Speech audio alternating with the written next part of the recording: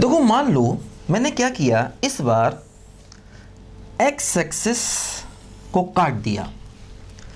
X axis को काटने का मतलब दो अलग अलग real roots, two different real roots, है ना। जैसे पिछले वाले केस में क्या हो रहा था, डी निगेटिव था। डी निगेटिव का मतलब ग्राफ एक्स एक्सिस को नहीं काट रहा था, मतलब रूट्स कैसे हो रहे थे, इमेजनरी। देखो एक्चुअली ये क्वाड्रेटिक के कॉन्सेप्ट हैं जो हम अभी सीखे ले रहे हैं। तो जब क्वाड्रेटिक पढ़ेंगे तो वहाँ पर हमें सीखना नहीं पड़ेगा, है ना। जैसे पहले मैंने आपको क्वाड्रेटिक जब बताया था तो वहाँ पर भी ये कॉन्सेप्ट बताए होंगे, है ना। तो आगे जब हम क्वाड्रेटिक पढ़ेंगे तो ये समझ लो कि हमारा क्वाड्रेटिक वैसे भी तैयार हो जाएगा, क्योंकि कैलकुलस में ये खास बात होती है, उसे पढ़ते पढ़ते बहुत से कॉन्सेप्ट अपने आप ही तैयार हो जाते हैं। देखो जैसे ट्रिग्नोमेट्री मैक्सिमम मेरी तैयार हो चुकी है। अब ऐसे इसको पढ़ने के बाद क्वाड्रेटिक के बहुत सारे मतलब 95% बेसिक्स हमारे वैसे भी तैयार हो जाएंगे, है ना। तो कैलकुलस पढ़ते पढ़ते बहुत सी चीज़ें अपने आप ही तैयार होती रहती हैं, ध्यान दो, ठीक है। देखो अब जैसे इस बार मैंने एक्स एक्सिस को काट दिया मतलब रूट्स रियल। देखो इसका मतलब डी हो गया पॉजिटिव। एक्स एक्सिस को काटने का मतलब डी पॉजिटिव, ध्यान देना। एक्स एक्सिस को काटने का मतलब डी पॉजिटिव, और ए भी पॉजिटिव है क्योंकि ग्राफ ओपनिंग अप है, ठीक। मान लो ये रूट अल्फा है और मान लो ये रूट बीटा है। अब देखो क्या हुआ, जैसे इसका जो वर्टेक्स है अल्फा बीटा के बीच में है, तो मतलब हम कह सकते हैं इसका जो एक्स कोऑर्डिनेट है -b/2a, ये अल्फा और बीटा के देखो बीच में होगा, ध्यान दो, ये हमारा ओरिजिन है, ठीक। अच्छा अब जैसे मान लो फॉर एग्जांपल हमने क्या किया, ऐसे करके देखो एक ग्राफ बनाया, है ना, और देखो यहाँ पर ग्राफ को ऐसे ले लिया। अब देखो ध्यान दो, ये ग्राफ है ना, देखो इसमें क्या था, जो अल्फा बीटा थे, है ना, वो कैसे थे, अल्फा बीटा देखो ओरिजिन के राइट में थे, दोनों रूट्स पॉजिटिव थे, ठीक है।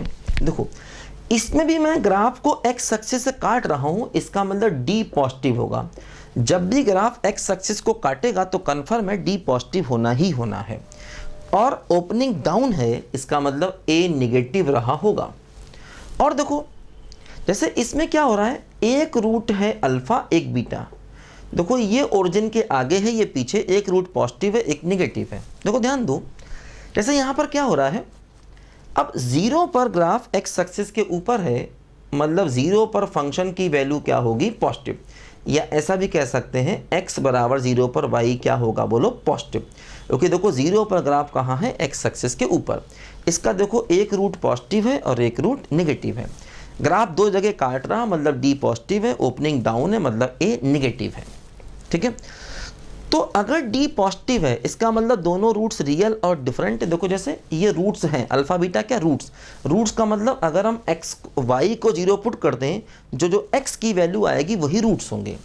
जैसे अगर हम y को जीरो पुट कर दें तो y को जीरो पुट करने से जो x की वैल्यू आएगी उसी को हम क्वाड्रेटिक के रूट्स कहते हैं। तो देखो ये वही रूट्स हैं अल्फा और बीटा जो y को जीरो पुट करने से x की वैल्यूज मिलेंगी, ठीक है। देखो अब जैसे मैंने क्या किया, मान लो अगर मैंने ग्राफ को टच करा दिया एक्स एक्सिस पर, देखो टच कराने का मतलब ये हो गया कि इसका डी जीरो होगा, ध्यान देना। ग्राफ अगर एक्स एक्सिस को टच करेगा तो डी जीरो है, इसका मतलब रूट्स रियल और इक्वल। अब देखो दोनों रूट्स बराबर हो गए।